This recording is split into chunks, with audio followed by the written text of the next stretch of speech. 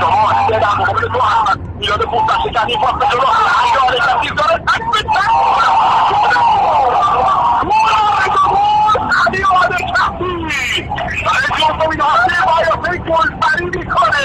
حساب کنه 1-0 میکنه علی کثیر بالاخره موتور قدرت خوب هم روشن شد داماش نشون میده رئیسیه علی کثیر گل برای داماش علی کثیر دبل میکنه